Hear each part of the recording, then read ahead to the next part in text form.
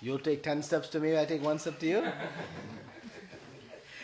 was what discussed. Yes.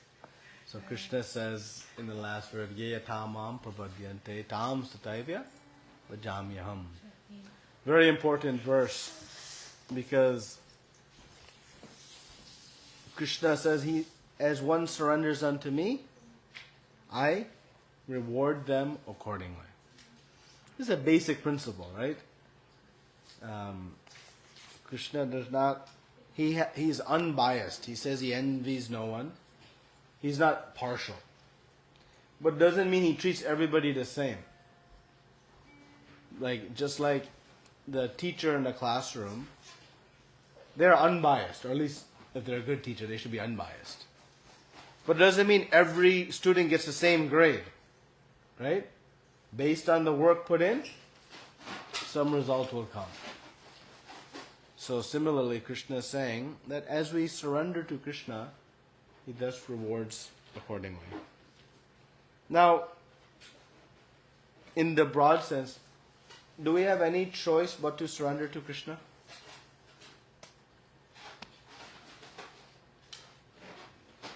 How are we surrendered to Krishna in all regards?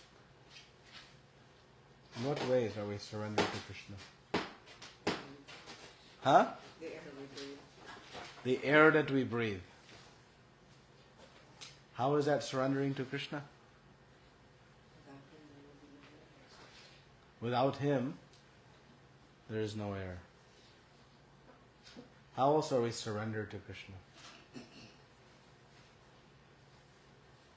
We are either surrendering to Parashakti or Aparashakti. And what is Parashakti?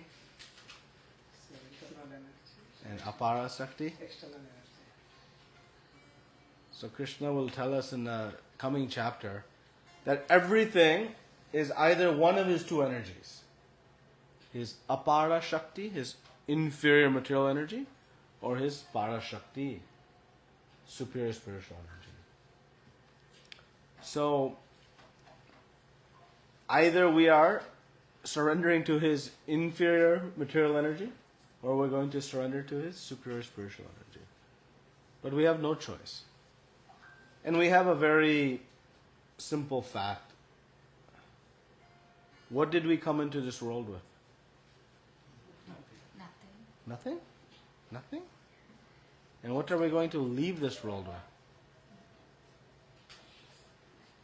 Nothing. Right? We're not going to take anything with us. Not even whatever's in our pockets. Right? That won't come with us. So, between birth and death, we are using things that somebody else has given to us. Right? Somebody else is provisioning for us. And ultimately, who is that somebody else? It's Krishna. It's Krishna. Right? So Krishna is giving everything to us. So we are surrendered to Krishna in all regards. It's only a question of whether we acknowledge it or not. Right? Just like a child in a home. Child in a home is fully surrendered to mother and father. The only question is whether they act in accordance with that knowledge or not. Do they accept that? Or they're going to act in a rebellious way and deny the facilities provided by mother and father.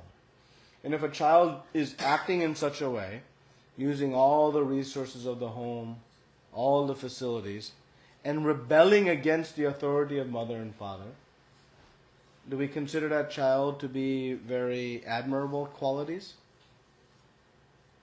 No, we say that this is not good manners, good etiquette, right? So what about when we grow up? We're using all the facilities of who? Krishna's.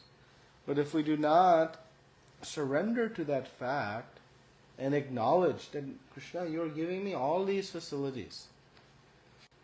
But if I go on just enjoying Krishna's facilities without acknowledging any of His provisions, that is not good. And of course, then there will be some consequences, reactions to that. And the ultimate reaction is that we'll never find real happiness. We'll always be unsatisfied.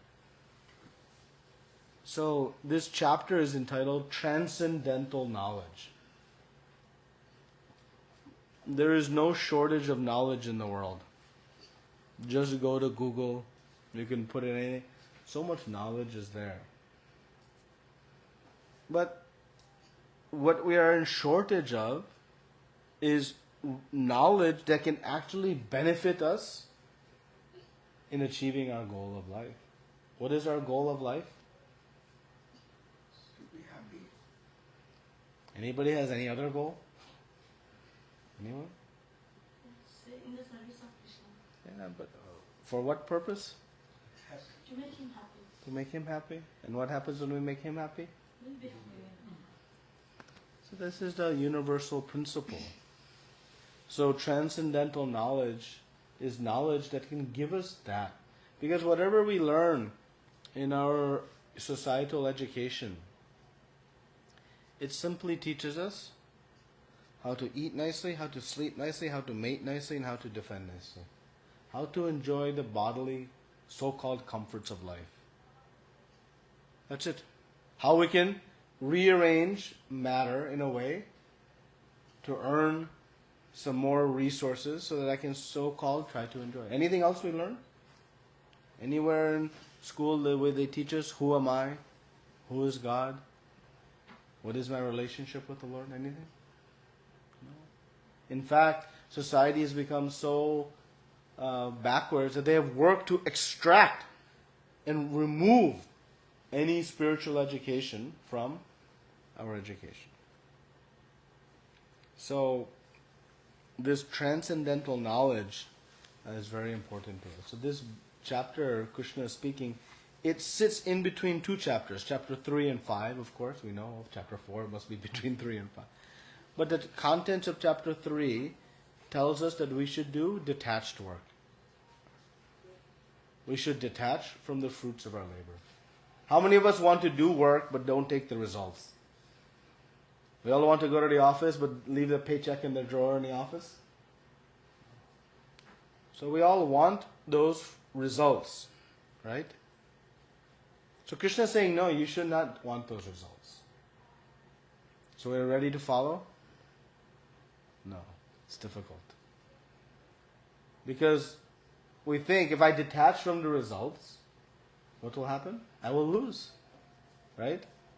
I will lose. And someone else will gain.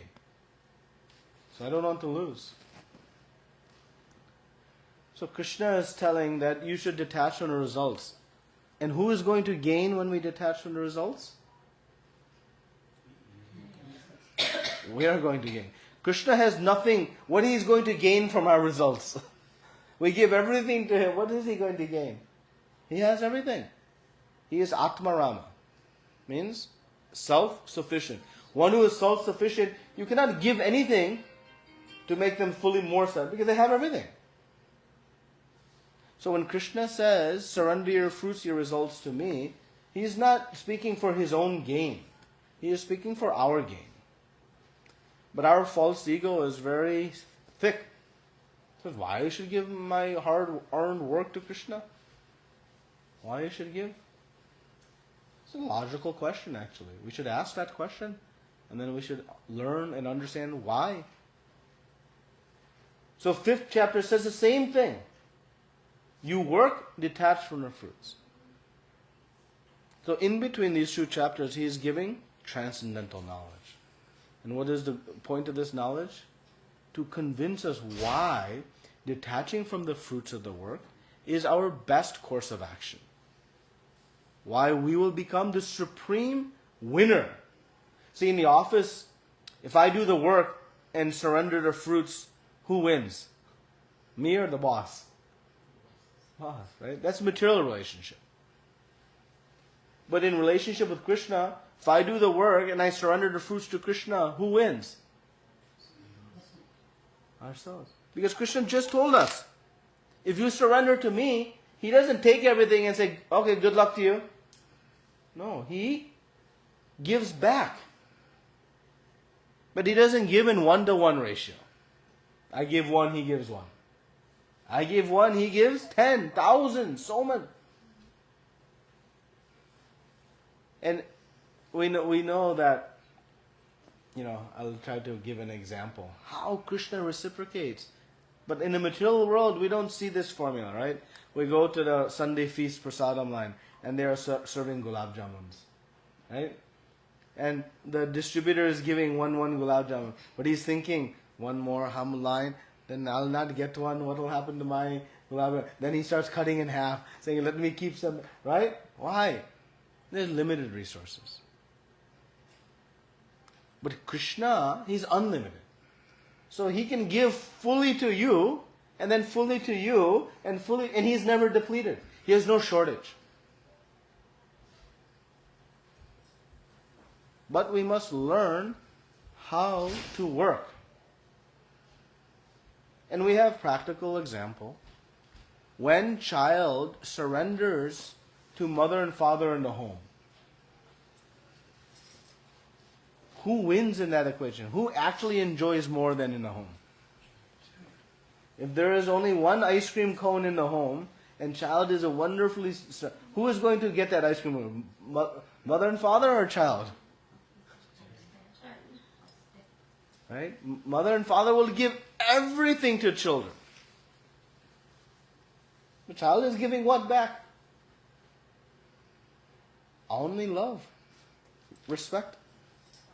Follow that. They have nothing else to give. Right? So that is what we are doing. We are giving what is Krishna's already. Whatever I have, whatever resources I have, if I'm able to grow one apple from an apple tree, and I go offer to Krishna, who provided the seeds for the tree to grow? Who provided the soil for the tree to get its nutrients? Who's providing the sunlight to fuel that tree? And the water and everything. But it is I who gave the apple to Krishna. Right? But still Krishna appreciates. He still appreciates. Because we say, right, it's the thought that counts. The love that counts. So with transcendental knowledge, we learn how to use the material world to its fullest potential. What we have heard and what we have understood is that we should use the material world to simply eat more, sleep more, mate more, and defend more. That's it. Right? Get more wealth, get more resources, for the goal of more happiness. But we find, do we get more happiness the more we get? Instead we get more stress, fear, anxiety, responsibility, all these things. Right? So this transcendental knowledge Krishna is giving. He's giving us the real knowledge that will help us achieve what it is that we are looking for. And then we have to decide whether we want it or not. So let's read the 12th verse now. And we can discuss. We'll read the verse in the purport. Somebody like to read? You can read just English, no problem. Men in this world desire success in fruitive activities, and therefore they worship the demigods. Quickly, of course, men get results from fruitive work in this world. There's a great misconception about the gods or demigods of this material world and men of less intelligence. Although passing as great scholars, take these demigods to be various forms of the Supreme Lord. Actually, the demigods are not different forms of God, but they are God's different parts and parcels. God is one, and the parts and parcels are many. The Veda says, Nitya Nityana, God is one. Ishvara Parama Krishna, the Supreme God is one, Krishna. And the demigods are delegated with powers to manage this material world These demigods are all living entities, Nitya, with different grades of material power. They cannot be equal to the Supreme God, Narayana, Vishnu, or Krishna. Anyone who thinks that God and the demigods are on the same level is called an atheist or pasandi. Even the great demigods like Brahma and Shiva cannot be compared to the Supreme Lord. In fact, the Lord is worshipped by demigods such as Brahma and Shiva. Yet, curiously enough, there are many human leaders who are worshipped by foolish men under the misunderstanding of anthropomorphism or zoomorphism. Ihadevata denotes a powerful man, a demigod of this material world. But Narayana, Vishnu or Krishna, the Supreme Personality of Godhead, does not belong to this world. He is above, or transcendental to, material creation. Even Sripada Sankaracharya, the leader of the impersonalists, maintains that Narayana or Krishna is beyond this material creation. However, foolish people, Pritanyana, worship the demigods because they want immediate results. They get the results, but do not know that results so obtained are temporary and are meant for less intelligent persons. The intelligent person is in Krishna consciousness, and he has no need to worship the earthly demigods for some immediate temporary benefit. The demigods of this material world, as well as their worshippers, will vanish with the annihilation of this material world. The bones of the demigods are material and temporary. Both the material worlds and their inhabitants, including the demigods and their worshippers, are bubbles in the cosmic ocean. In this world, however, human society is made after temporary things, such as the material opulence of possessing land, family, and enjoyable paraphernalia. To achieve such temporary things, people worship the demigods as powerful men in human society. If a man gets some ministership in the government by worshipping a political leader, he considers that he has achieved a great goal. All of them are therefore kowtowing to the so-called leaders or big guns in order to achieve temporary goals, and they indeed achieve such things. Such foolish men are not interested in Krishna consciousness for the permanent solution to the hardships of material existence. They are all after sense enjoyment, and to get a little facility for sense enjoyment, they are attracted to worshipping empowered living entities known as demigods. This verse indicates that people are rarely interested in Krishna consciousness. They are mostly interested in material enjoyment, and therefore they worship some powerful living entity. Okay. Heavy verse, right? So Srila Prabhupada is being direct or indirect? And what's he telling us?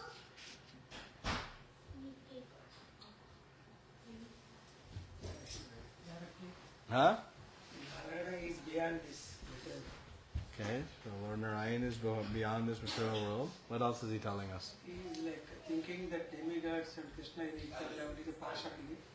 Okay, those who are thinking that the demigods and Krishna are equal are called pashandis or atheists. What else? Everyone should agree Krishna is superior. Huh? Everyone should agree Krishna is a superior God. Everybody has to surrender to him, not to the demigods for their personal favor, temporary gains. So he's saying that we should not worship the demigods. And also the main thing mentioned. One second, let others talk. What else? Demigod worship will give temporary happiness. Demigod worship will give temporary happiness. Yeah. What else? For immediate results, we can worship demigods. For immediate result, that is a reason, right? That Krishna says in the verse that for immediate result, one will worship the demigods.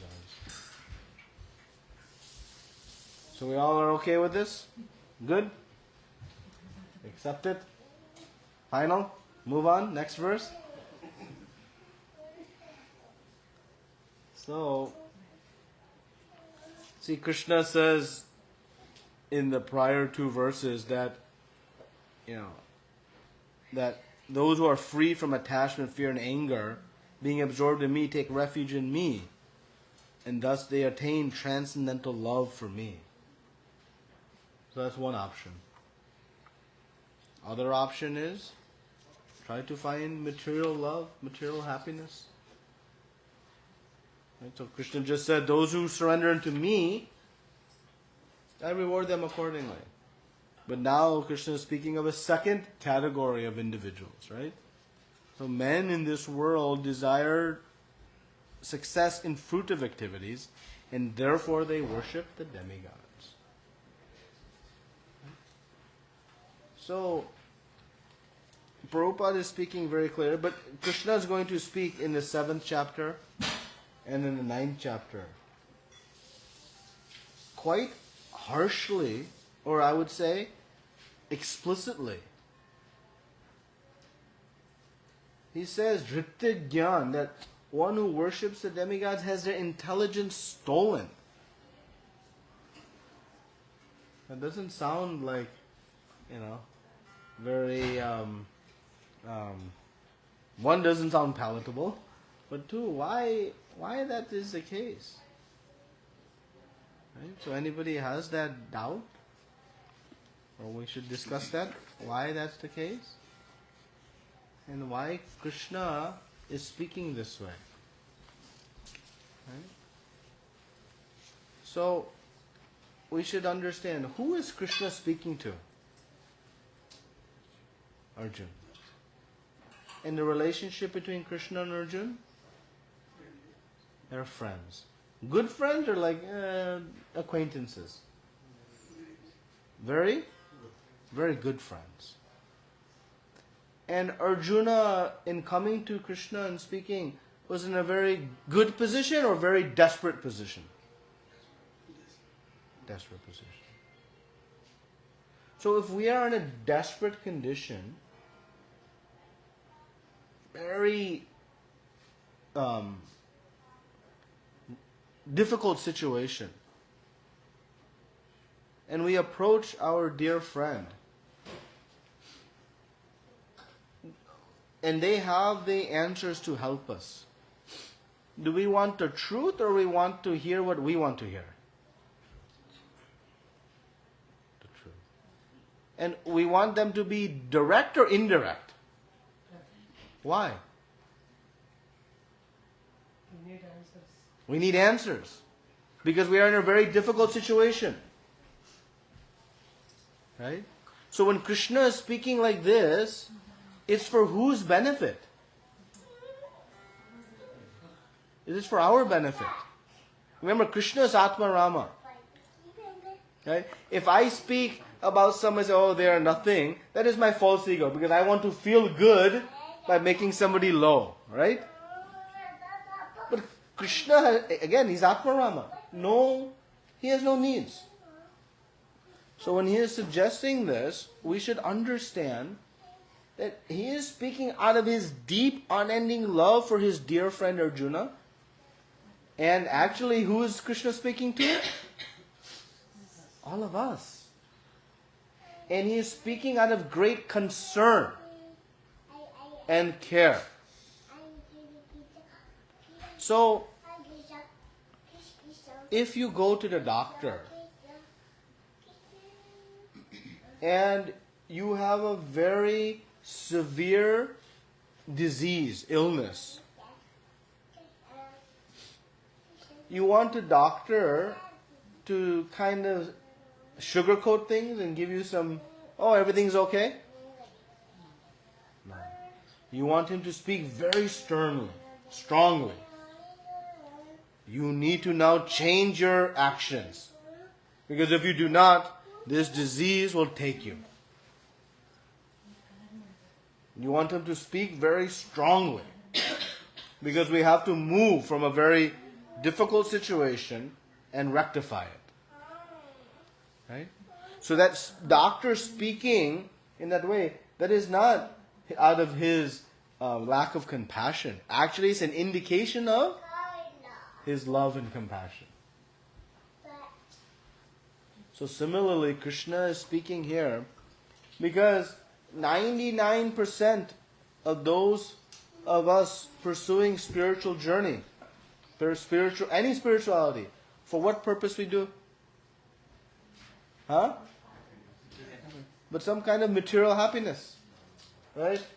I need some wealth, I want some promotion, again, something I'm needing, right? We go to temple, even we go to Krishna, we put the whole list of all of our material desires in front of him. Right? That is the conventional idea. So, but Krishna is saying, this is not what is best for you. This is not the best of your potential. Because whatever material desires come, what is the duration of that benefit? It's temporary. And it's very limited. So if you are in a very sick position, how many of you would go to a doctor and say, "Dear doctor, please cure me for a few moments"? Any of you ask like that? Cure me of my disease for just a little bit? No, that would be foolish, right? We would say that's foolish. So one who tries to go and satisfy their desires by getting material things quickly by worshiping them, that is no different. It's foolish. Because the result will not achieve anything. So it's not criticizing the demigods. It is calling fault to all of us. Saying, don't worship for some material desires. Nothing will manifest from that. Yeah, some temporary something. But the reality is, you'll just continue suffering. So, this process, Krishna is saying that if you want real success in life, what must we do? Must surrender to Krishna. And why? Make us happy. And why that would make us happy? Why is the surrendering to Krishna the only means? You people are so myopic, you don't take anything, you say, but why is surrendering to Krishna the only means to finding our real happiness? We are soul. If you connect to spirit soul, we will be happy. It's like watering the roots so that it will take care of everything. What are you? Huh? Is the Supreme Soul.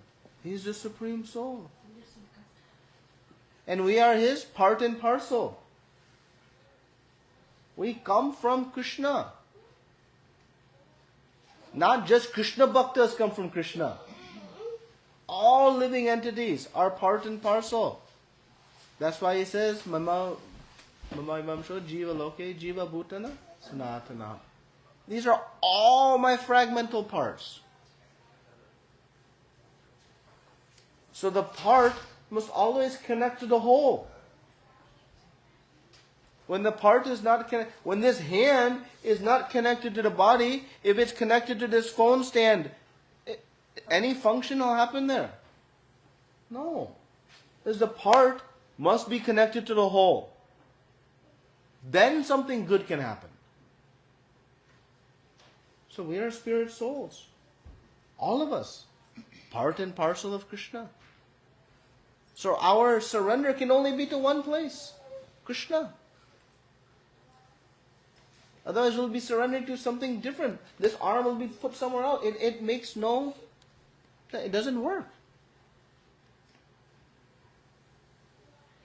So Krishna is telling us that, He'll tell us later, who are the demigods?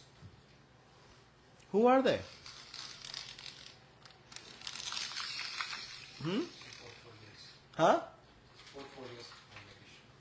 4 years even the Krishna to manage.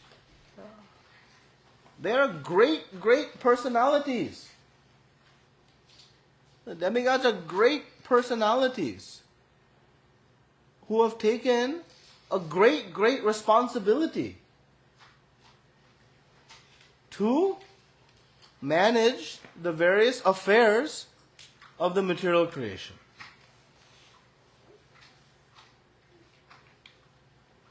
So we should not, on the other hand, confuse that we owe a huge debt to all of the demigods.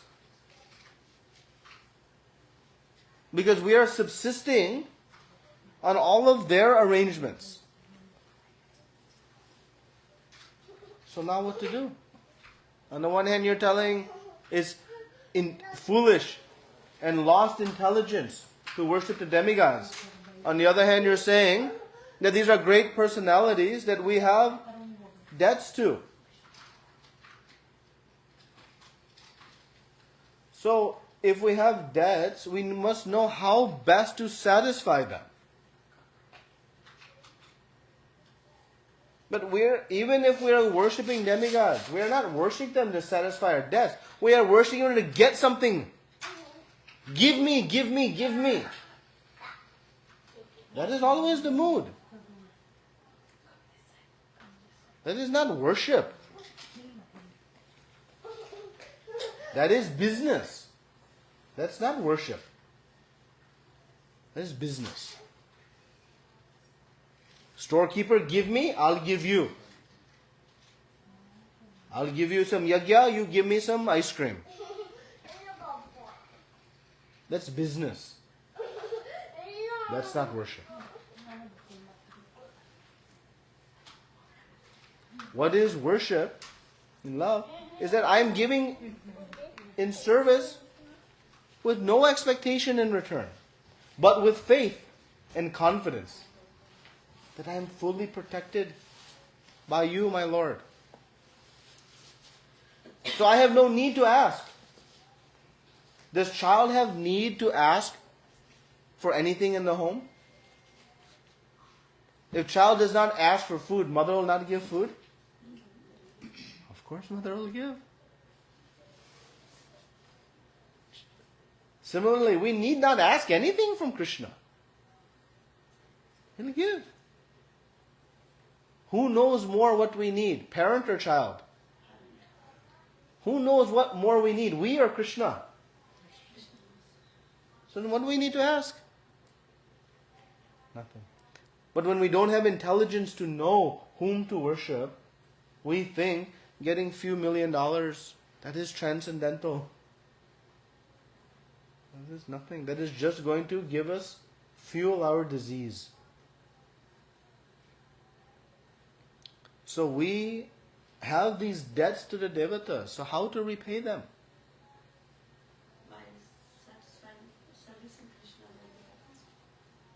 Okay, so Mata is saying by servicing Krishna. Wait, how? We are serving them and demigods are here. How they'll be happy? They'll be upset. You're not worshipping me. They also service to Krishna. They are also serving to Krishna. So in our Shastras explained, as I think G.K. Prabhu mentioned, that worshipping Krishna is like watering the root of the tree. If you have a giant mango tree and you have hundreds of mangoes about to bud and you want to water them, how do you water those mangoes? By watering each individual mango on the tree? No. You put water in the ground. And by that, all the branches of the trees are nourished. So our Shastra explains very clearly. When you worship Krishna, Ishvara Parama Krishna, and Adir Govinda, the source, he is the root, the source of everything. When you worship Krishna, everything else is automatically worshipped. But if I don't have knowledge,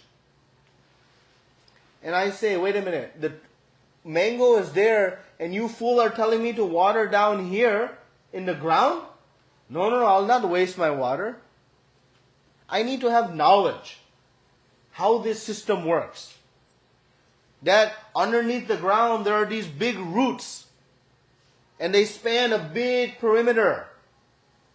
And when I put the water, the roots will absorb the water.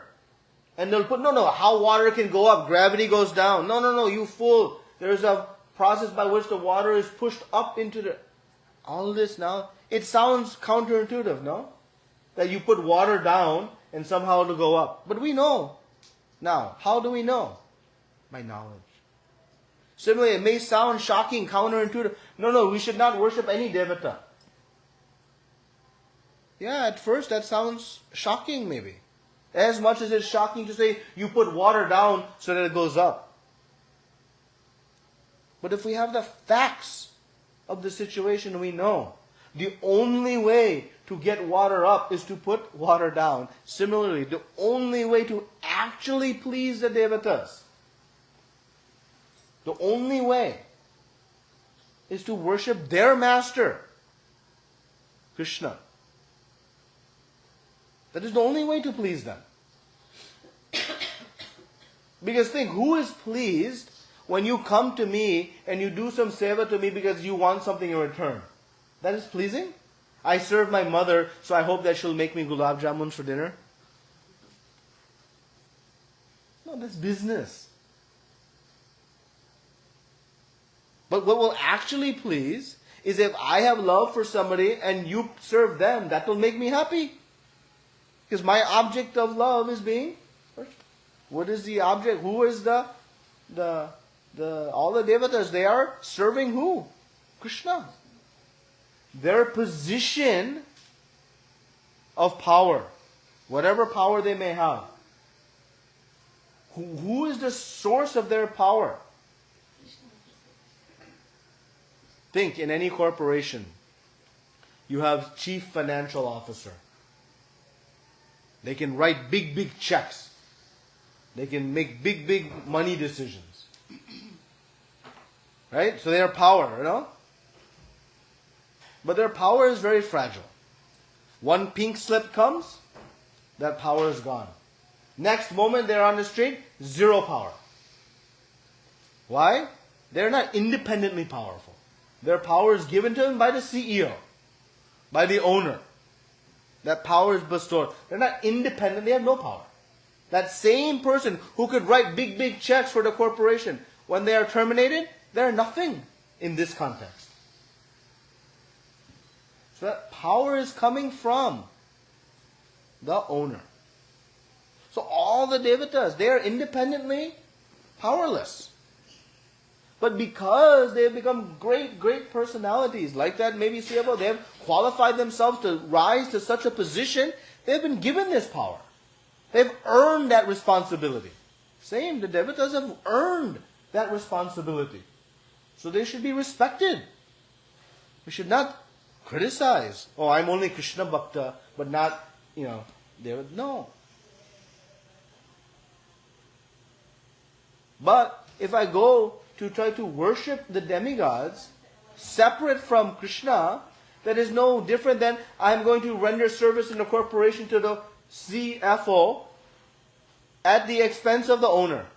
That'll make me some good progress in the company? No. But unless I have knowledge, I'll be confused. Because how much knowledge is out there saying, as Prabhupada writes in the beginning of the purport, there is a great misconception. What is the misconception? What is the misconception? Oh, we have so many gods in our Hindu. There's so many gods. There is one God. There is one God. It is not a matter of my opinion, your opinion, someone else's opinion. All of our opinions, I'm sorry to say, are completely useless. The only opinion that matters is the facts coming from Shastra. The rest of us, we are all biased. So in the opinion of Shastra, is there any misconception? Any confusion? Not one place you will find any confusion. Prabhupada references Lord Brahma here. What is Lord Brahma's opinion of who is the Supreme Lord? How do we know? How do we know? He writes himself, Ishvara Parama Krishna. Ishvara means controller. Many controllers are there. Right? But who is the Parama controller? The supreme controller. Who is that? So everybody knows Krishna, but not many know that Krishna is Ishvara Parama. He is the supreme controller. Then he says Sachidananda Vigraha. He is a form, he is a person. He's a Vigraha. He's a person. Who is? Anadir Adir Govinda. Everybody knows who is Govinda? There's any debate? Who is Govinda? No. But not many know that he is Anadir Adir. What does that mean? Huh? He's eternal, but more than eternal. He's the one first. He is the source of all sources. Anadir Adir. So everything that comes, he is the source. Right? Meaning every other entity has been created. As soon as I have been created, it means I am dependent. Right? I'm dependent. So Lord Brahma is saying, he said, they say, oh, he is the creator, right? Of the material universe. Brahmaji, he's the creator. He is the empowered creator. Empowered by who? Because he has a source. He is Aja, unborn, because he appeared from the lotus, but he is not Anadi, meaning one who has no source. There's only one Anadi. That is Krishna. Sarva Karana Karanam. He is the cause of all causes. In Bhagavad Gita, Krishna says all the time, right? Aham sarvasya prabhavo. He says, everything emanates from me. He says, I am Purushottama, the supreme person. He doesn't, he establishes clear. And who is the most prominent glorifier of the Bhagavad Gita? No. Huh? Lord Shiva. Because when he heard Bhagavad Gita, he went into ecstasy. And Parvati Devi is asking, what is the source of your ecstasy? And I have heard this Bhagavad. And she said, then tell me, what did you hear? And he began to explain. And he wrote the Gita Mahatmya. And Lord Shiva says, let there be one Shastra that the whole world reads. And that Shastra is Shiv Puran? No. The Ekam Shastram, he says, is this Gita Upanishad. So Shivji is thinking, I am supreme. Why he would glorify a book where Krishna is saying he is supreme? It's basic logic, right? Why he would say this is the only Shastra should be read if they are in disagreement. So we might create some disagreements, but there is no disagreements between the involved personalities. Devatas never claim they are the Supreme Lord. They know. Sometimes they become confused, but they know. They are the empowered. So we have a choice whom to worship. We have the choice and the free will to decide. You can worship the cricket star, your favorite Bollywood actor, some politician, some demigod, or Krishna, or your dog. The choice is yours. But we should take transcendental knowledge and try to understand where I should worship.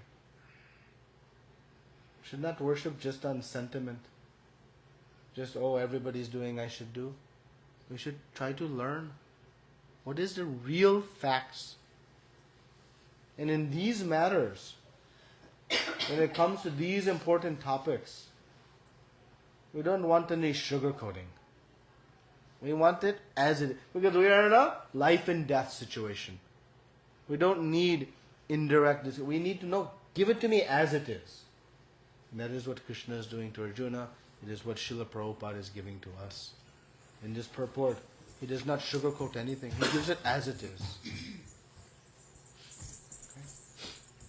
So, let me stop there. Srila Prabhupada ki. Comments, questions? I'm sure I've stunned you all now. I'm sure many questions are there. So let's discuss. When do we worship demigod in context? When Krishna asked Arjuna to get Divyastra, he asked him to worship Devi, and he asked him to go to Indra also to get the Divyastra and everything. So we should not do worship or What is Krishna's concluding instruction to Arjuna? Sarva dharmam prityaja mam ekam sharanam vraja. The unequivocal concluding instruction to Arjuna is, you abandon all varieties of religion. Sarva dharma prityaja. Let them go. All varieties of religion. Now let's understand few facts. Who is the creator of all these varieties of religion? Krishna. He has created all these. As the author of the Vedas, where all these different processes, who is the author of the Vedas? Krishna. So the author's opinion, not, okay, these are competing opinions because they have, no. The author is saying, you abandon all of these. And do what? Mam ekam. Not mom and others. There's no cha and. He's saying ekam. You surrender unto me. Why? Aham tvam sarva papebhyo. I will deliver you of all your reactions. Ma suchaha. Don't fear. So the creator of this whole system, Krishna says even later, that says, the process, the mantras to worship the devatas, who has authored those mantras? Krishna. The faith to worship the devatas, who gives that faith? Krishna. The facilities, the materials to worship the devatas, who is giving? Krishna. And the boon that the devatas give back, who is giving? Krishna. So these are not competing interests. So we might ask one question, then why he gave this whole process? Right? Because Krishna knows not everybody will be willing and ready to surrender to Krishna directly. So for those less intelligent, he says, okay, you start worshipping something. Instead of just doing as your own, you do some worship. And by that worship, your consciousness will progress. We'll ask questions. Okay, I'm getting this benefit, but it's ending. Is there any permanent benefit? Where these devatas are getting their power from? These questions will lead us ultimately to Krishna. So what does Krishna want us to do? It's black and white. Manmana bhakto majri mam namaskuru. Become his devotee. And why Krishna wants us to become his devotee?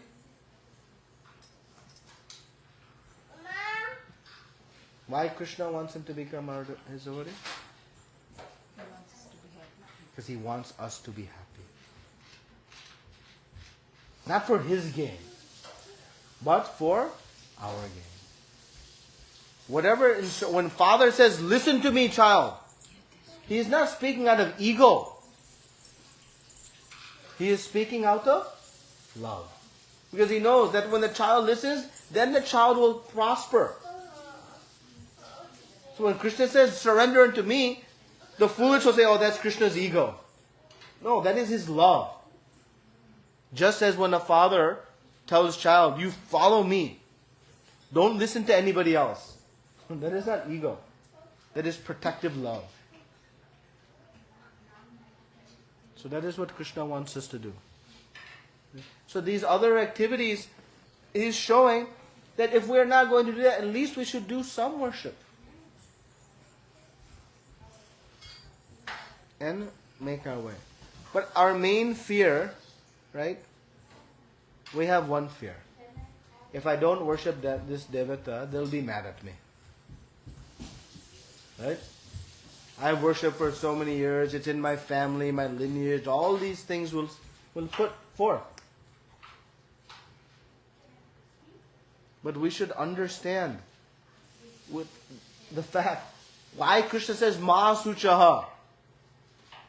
Ma Suchaha. What does Ma Suchaha mean? Do not fear. Do not fear what? We don't fear getting rid of our karma. Who fears losing their sin? What is our fear? Mam ekam. That is what we fear. If I surrender to Krishna, what about everybody else? I fear something bad will happen. But how our Supreme Father can give us such an unequivocal instruction and then have something bad happen to us? It's not possible. So we should not fear. Because Krishna is saying, Ma Suchaha. Don't fear. Don't fear. You might fear losing your valuable water by pouring it down. But because you want to go up. You might fear, right? But with knowledge you won't fear. Similarly, with knowledge you'll not fear.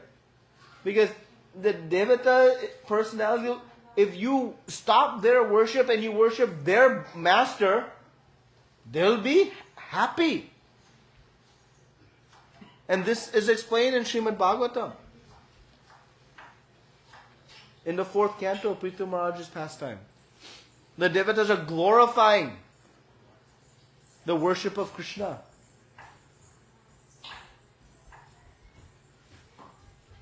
It's okay. Any other questions? I'm sure. I know I hit all the direct topics and everyone. One question. So in material creation, if we worship Father, say not worship, if our Father is reachable very. In material world, Father is reachable immediately, right? But why Krishna is not reachable? He is created like okay, demigods is pleased very quickly. Means he indirectly saying I'm not pleased. What is that? How can I take that one? Well, you said he's not reachable. You read 9th chapter Bhagavad Gita. Krishna says that even a dog eater is qualified to worship me. Why? Patram pushpam phalam toyam yome bhaktya prayachati. He says, you just offer me a leaf, fruit, flower, water. There is no qualification except for yome bhaktya prayachati, with love. You can be the most fallen, unqualified person.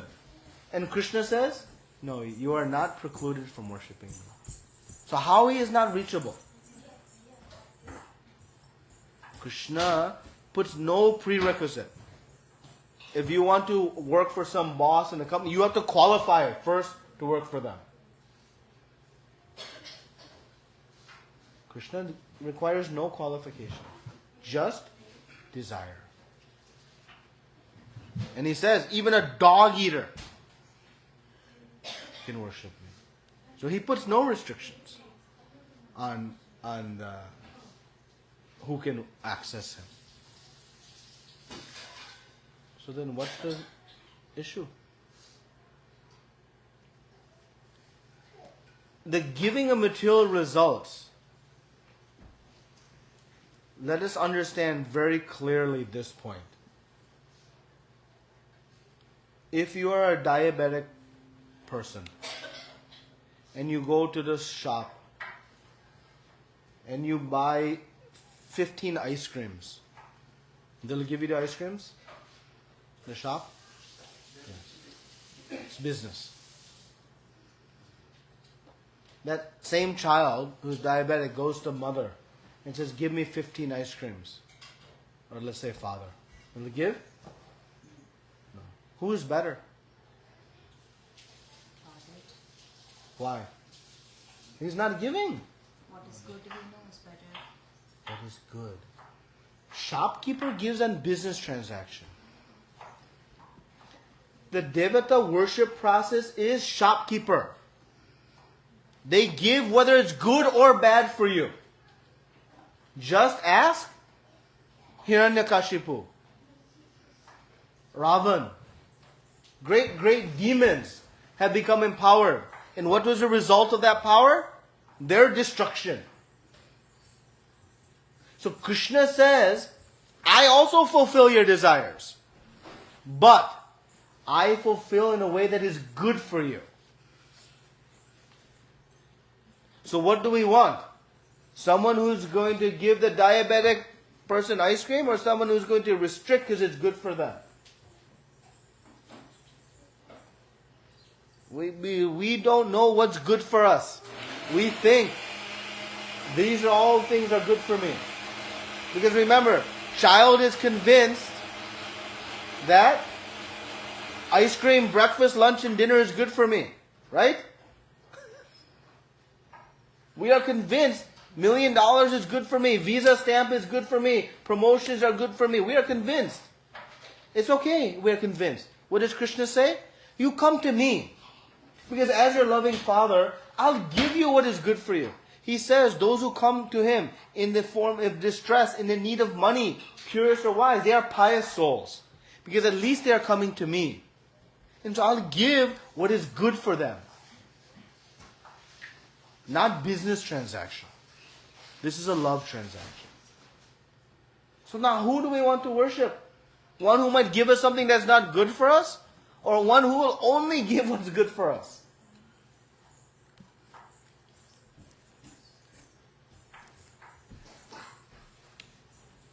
What else?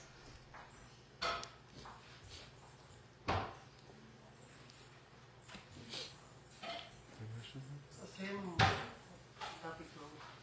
So Hiranyakashipu, Ravana, everybody got blessings, boons from demigods, but they have not prayed to Krishna. So Krishna, if you become devotee, we will also purify.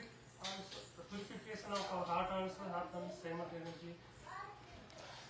Actually, what Krishna says in Srimad Bhagavatam, that when you come to me with your material desires, two things happens.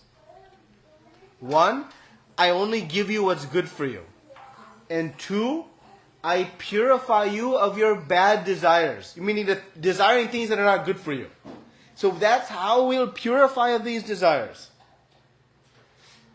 So Krishna, by worshipping Him, our heart becomes purified of these things that we are desiring that are not good for us. Come on, admit it. In our childhood, how many things we are desiring so badly that now we think, oh, that would not have been good for us. It's happened?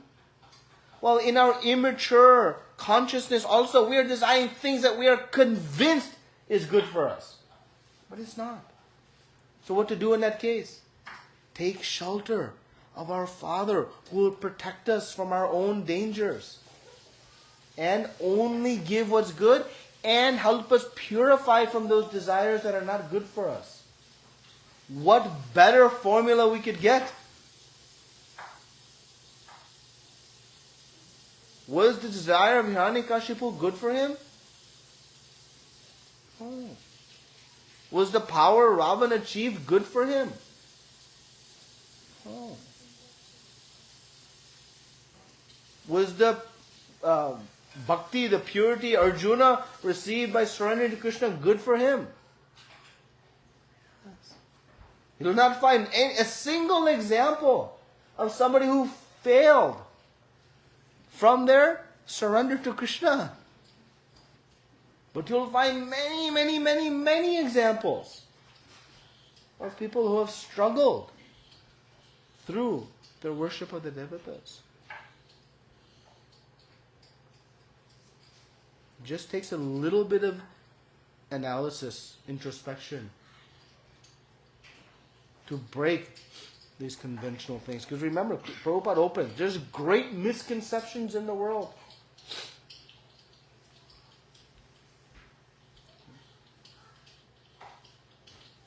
Anything else?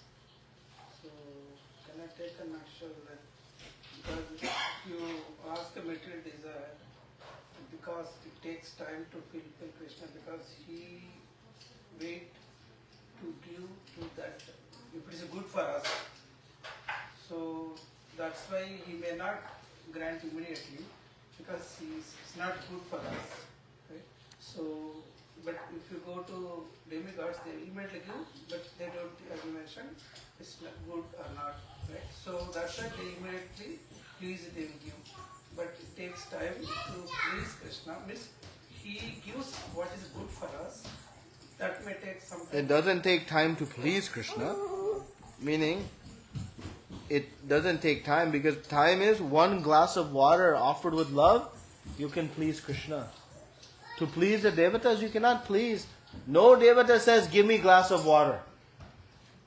No, we must do some yajna, some process. The whole procedure is there. So who is easier to please? Not even close. Krishna. But the immediacy of result, remember, who will give ice cream quicker, shopkeeper or mother? Shopkeeper. It's a business transaction. But who is the better giver of ice cream? Shopkeeper or mother for the child? Basic logic. Basic. We still do 16 rounds of chanting. If at all, just water, patram pulam is enough. But we still do 16 rounds of chanting, which is a hardcore process and continuing. The patram pushpam phalam toyam yome bhaktya. The patram pushpam phalam is easy. What is the hard part? With love. With love. Why the love part is hard? Because there are impurities in the heart. Impurities in the heart. When I remove the impurities in the heart, then the love automatically is, the love is there. It is just covered. So how to remove the impurities of the heart? There's only one process. Cheto darpana marjanam bhava mahadava agni nivapanam. That we must chant the holy names of the Lord. There's no other purification. No more potent, at least. This is the most potent means to purify the heart, so that that love for Krishna can emerge. Because the highest accomplishment of the jiva, of us, is not CEO of Google, president of country, most likes on Facebook. The highest and ultimate achievement is the reawakening of our love for Krishna. That is the ultimate accomplishment. And how to do that?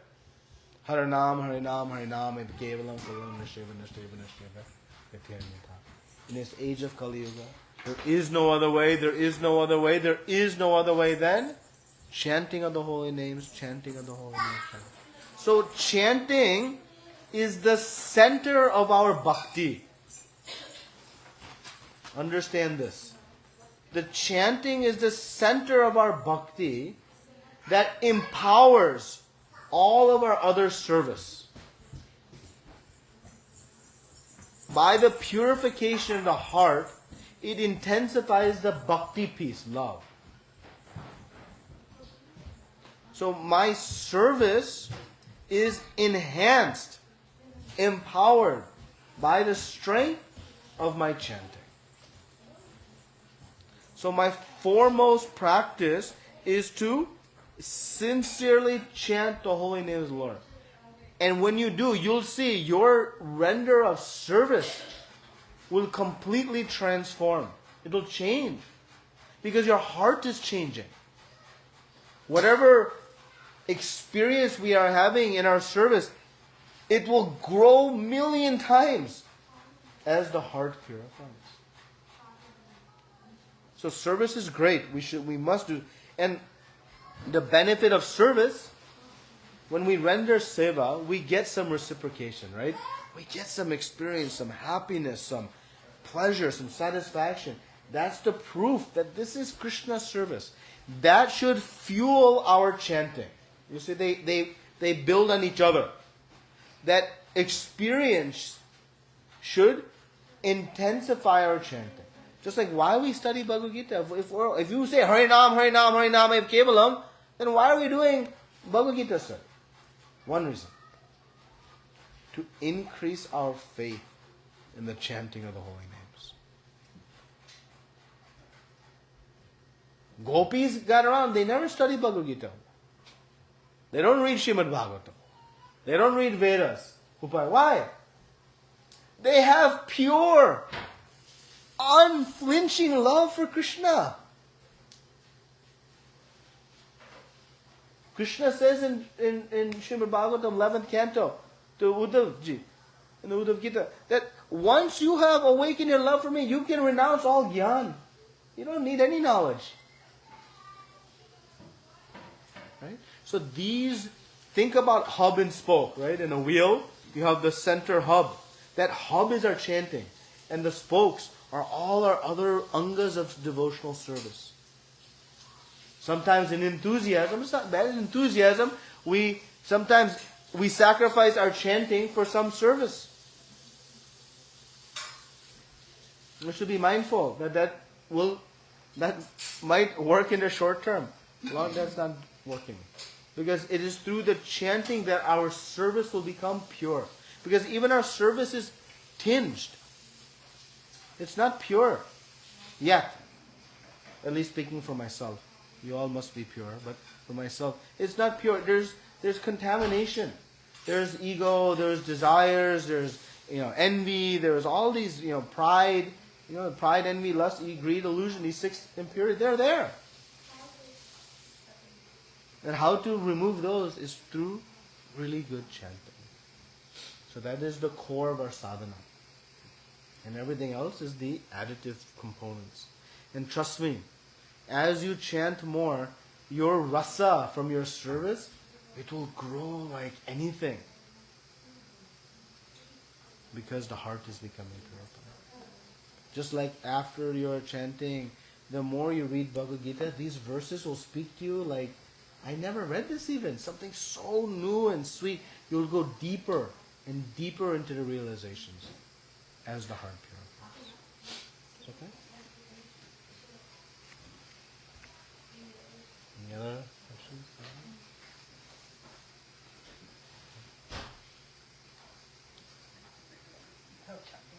Yeah, I don't think.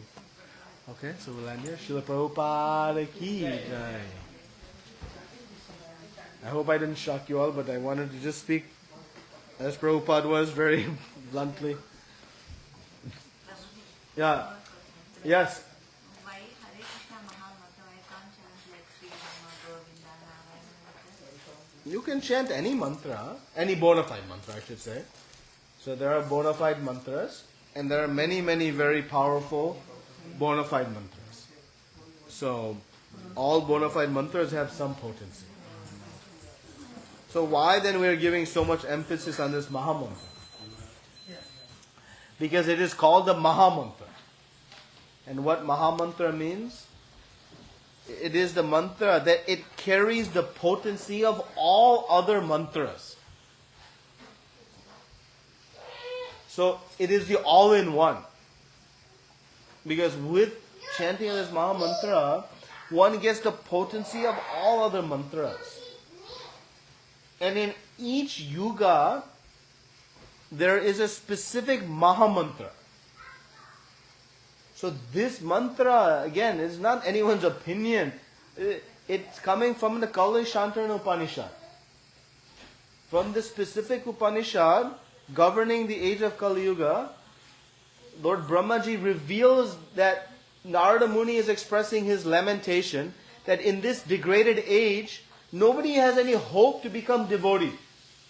And what is Narada Muni's role? To make devotees. And he's thinking, my job is going to be impossible. And Brahmaji tells Narada, no, don't worry. This age has one very special benediction. That the Lord has infused this Maha Mantra, and he chants the mantra Hare Krishna, Krishna Krishna, Hare Hare, Hare Ram, Ram Ram, Hare Hare.